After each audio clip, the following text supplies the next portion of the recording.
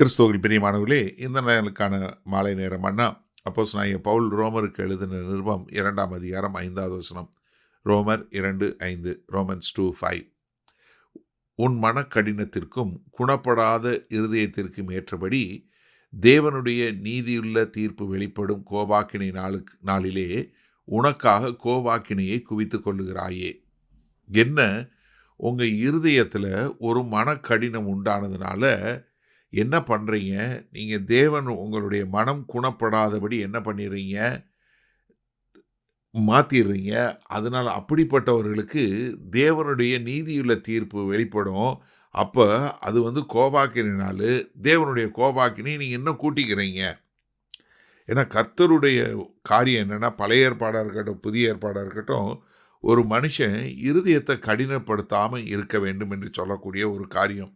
அதனால தான் பழைய ஏற்பாட்டில் சொல்லும்போது, எசேக்கியேல் தீர்க்கதரிசியின் மூலமாய் சொல்லும்போது, உங்களுடைய இருதயத்தை விருத்த சேதனம் பண்ணுங்க.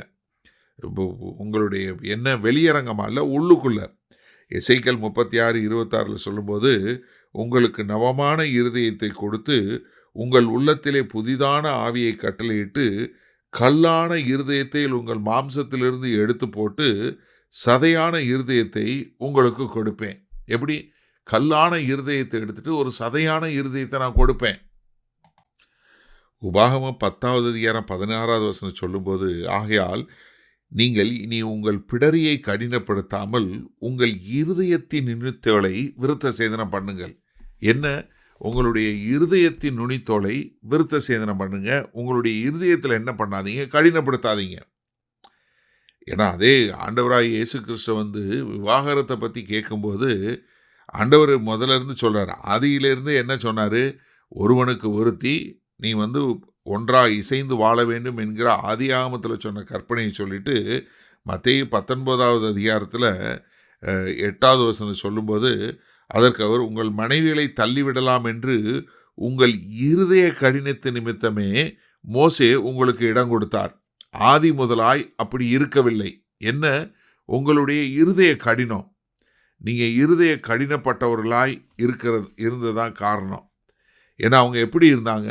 எசாயா தீர்க்கதரிசி சொன்ன மாதிரி, யோவான் 12:40 சொன்ன, கண்களினால் காணாமலும் இருதயத்தினால் உணராமலும் குணப்படாமலும் இருக்கும்படிக்கு நான் அவர்களை ஆரோக்கியமாக்களும் இருக்கும்படிக்கும் அவர்கள் கண்களை அவர் கூடாக்கி அவர்கள் இருதயத்தை கடினமாக்கினார். இருதய கடினம் உள்ளவங்களா.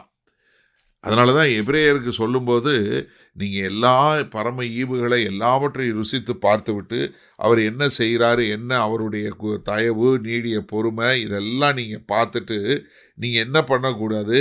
நீங்கள் மறுபடியும் என்ன பண்ண முடியாது? மனப்பூர்வமாய் பாவம் செய்கிறவர்களாக இருந்தால்.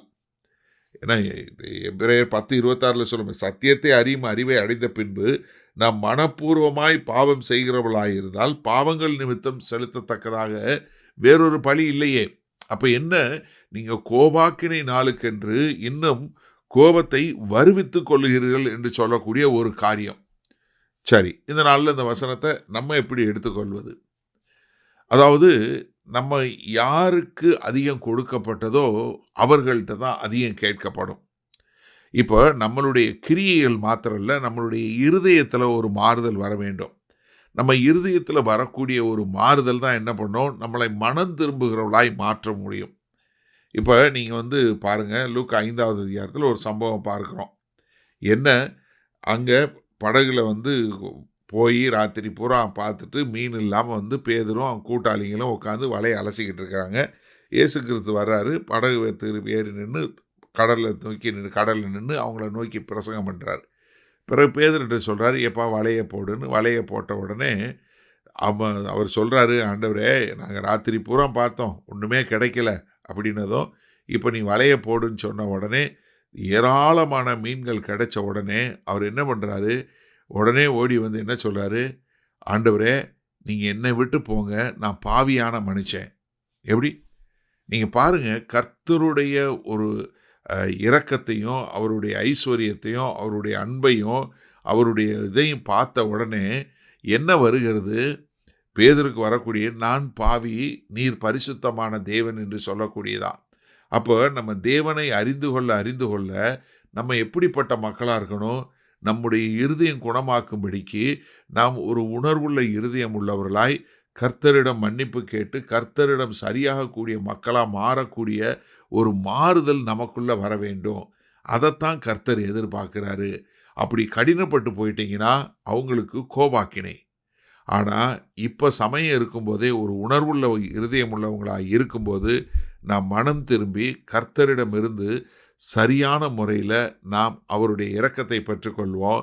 அப்போ நீங்கள் உங்களை யோசித்து பாருங்கள், மனம் திரும்பினா உங்களுக்கு ரட்சிப்பு, கடினப்பட்டுனா கோபாக்கினை.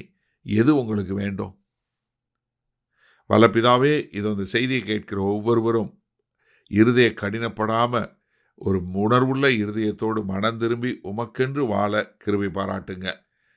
இயேசு கிறிஸ்துவின் மூலம் பிதாவே, ஆமேன். கர்த்தர் உங்களை ஆசீர்வதிப்பாராக. நாம் இன்றும் நாளை காலை தினசரி தியானத்தில் சந்திப்போம். Good night.